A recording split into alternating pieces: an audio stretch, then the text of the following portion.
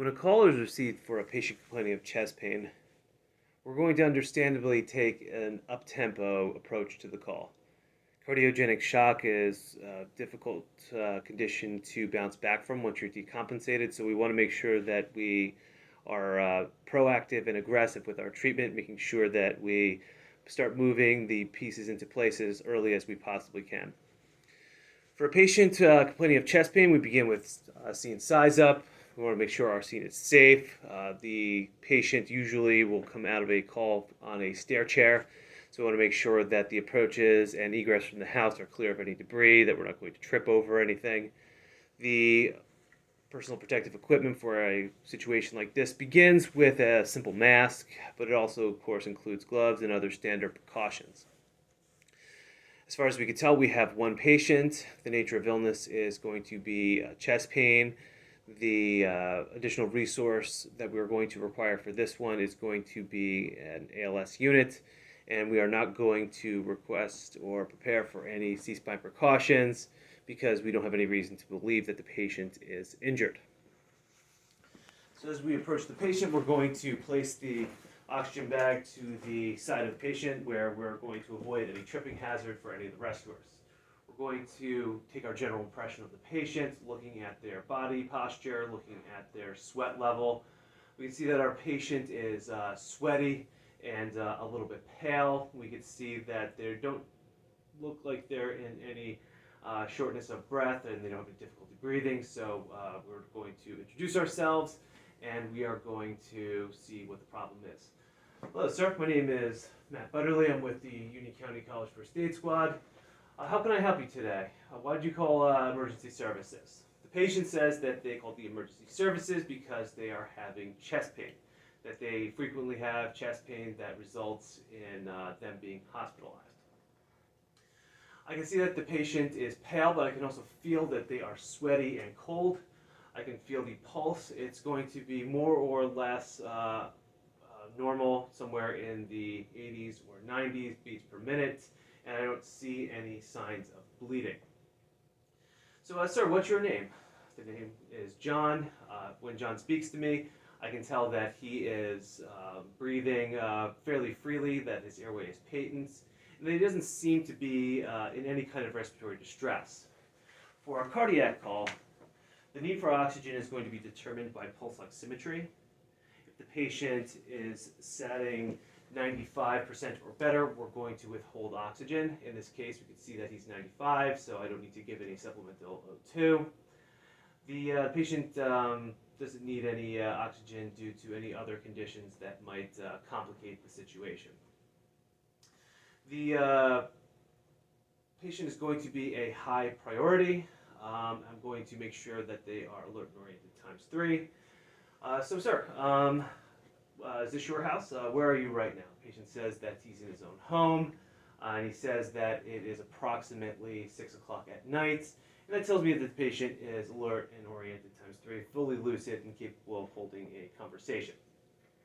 Now, while I interview the patient, my partner is going to be taking the vital signs. In particular, they are going to be focusing on the pulse and blood pressure. Eventually, they're going to move on to the lung sounds, respiratory rate.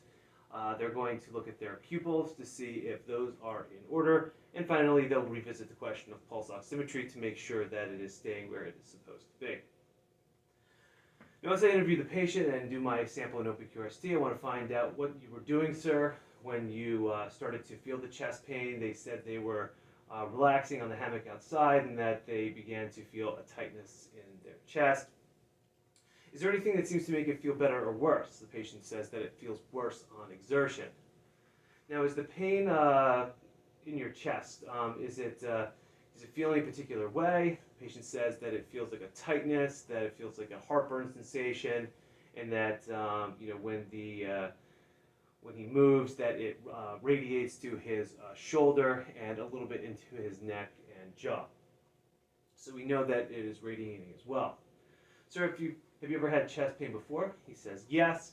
On a scale of 1 to 10, 10 being the worst chest pain you've ever had, give me an idea of where this ranks. The patient says that this is an 8 or a 9, that it is not the worst they've had, but it is indeed very bad. And sir, can you tell me about when it started? He says about an hour ago. Has it been getting worse over time? Has it been intermittent, coming or going? The patient says that it's been gradually getting worse, and every time he moves, it gets worse, so he tries not to move. Have you done anything to improve your situation? Taken any medications or done anything else to ameliorate the symptoms? And he says no. All right, sir, so I'm going to ask you some background information so I know a little bit more about your health history. Do you have any allergies? Patient says no. What kind of medications do you take, sir? I'm interested in over-the-counter things, prescription, herbal remedies.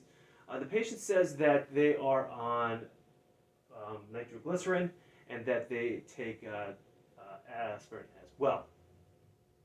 So with those, I ask them, do you have aspirin and nitro on you? They say yes, yes they do. I take a look at the medications. I can see that it is chewable aspirin. That should make my life easier. And I can see that they have nitroglycerin sublingual tablets, which should work nicely as well. And you haven't taken any of these in the last couple hours, have you? Okay? They say no. Okay. Are these the only medications that you are on? He says yes. So it sounds to me like you have a bit of a heart history. Please tell me about that. The patient says he suffers from angina pectoris, painful sensation in the chest that comes from sometimes exerting himself. Is that your only condition, or do you have anything else? High blood pressure, diabetes? Have you had any heart surgeries, any diagnoses about any vascular problems? Okay. What was the last thing you ate, and when did you eat it? He says he ate a sandwich a few hours ago, and that everything has been normal since. And how have you been feeling over the last several days? Have you been feeling sick? Have you had a fever? Is there anything that's been out of the ordinary? The patient says no to that as well. So it looks like my patient is experiencing chest pain that I believe is cardiac in origin. And that is enough to start the process of giving aspirin and nitro. Now, both these drugs have substantial contraindications, and we want to make sure that we give them responsibly. To take the aspirin first, I want to make sure that the aspirin is indeed aspirin and not another kind of painkiller, and it is. They are tablets, so they're going to be be able to chew them. Now, tell me how much you've taken in the last 24 hours. Do you take this every morning? The patient says yes, he takes one of these 81 milligram tablets every morning, including this morning. So I have to make sure I take that into account. Okay? Have you ever had a bad reaction to taking this? Maybe a swollen tongue or any other difficulty swallowing? Patient says no. And we know that the patient hasn't taken 325 milligrams in the last 24 hours, 325 milligrams being the maximum dose that a patient can have in a 24-hour period. Do you have any bleeding disorders, sir? Have you ever been diagnosed with any kind of clotting issues? The patient says no. Have you ever been diagnosed with an artery problem in your chest or abdomen? We want to make sure our patient doesn't have a thoracic or abdominal aortic aneurysm. If the patient is able to have a baby, we want to ask the patient if they have, if they are, or if there's a chance that they might be pregnant.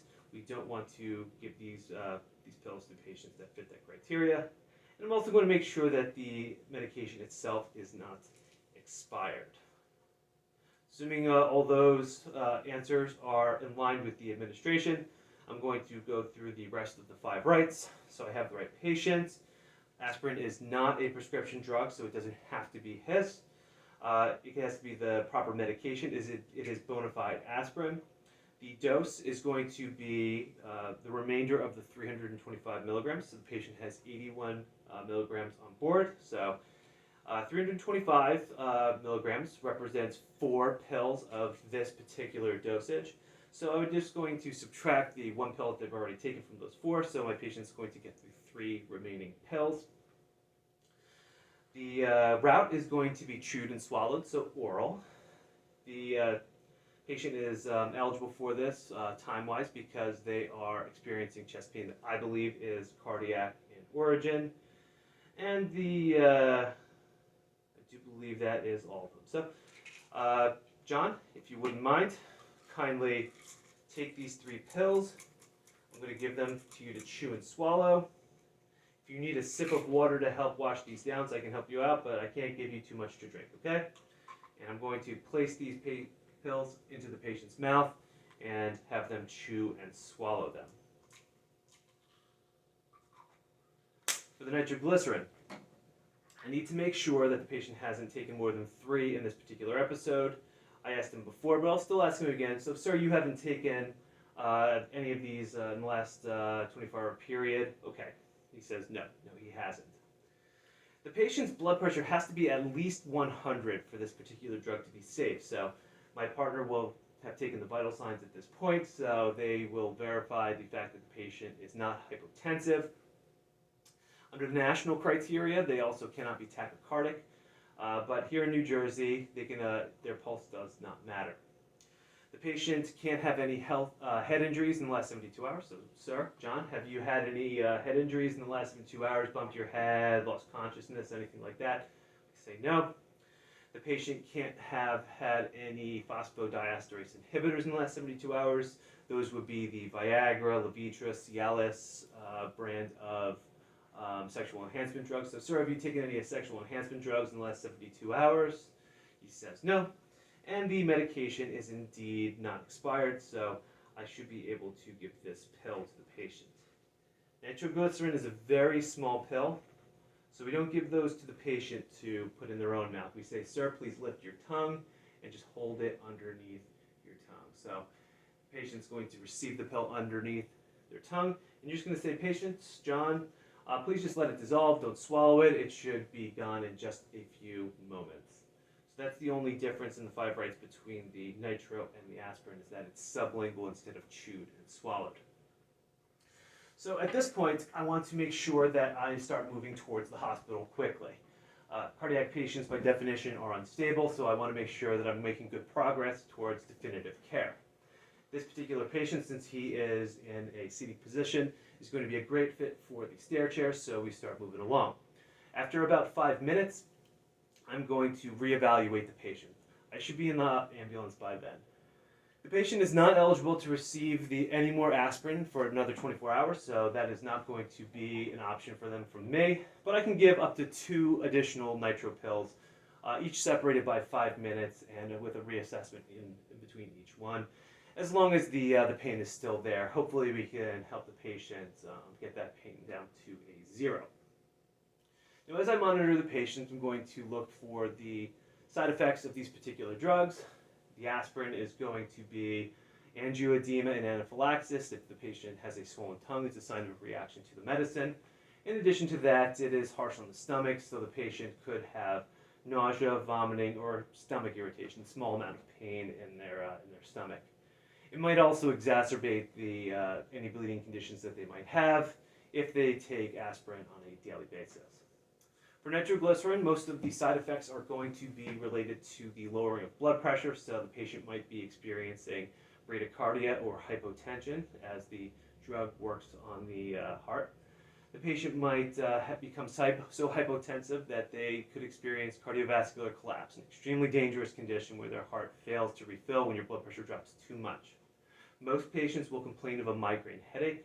That is pretty typical, and it's not particularly worrisome. As it dilates the blood vessels to restore blood flow to the heart, it's also going to dilate the blood vessels in their face, so the patient could feel red might look red as well. So that would be considered typical and not particularly dangerous. Make no mistake, though, this is a bona fide ALS call. We want to make sure we meet up with ALS as quickly as we possibly can, because we want to make sure that the patient has good IV access should anything go awry.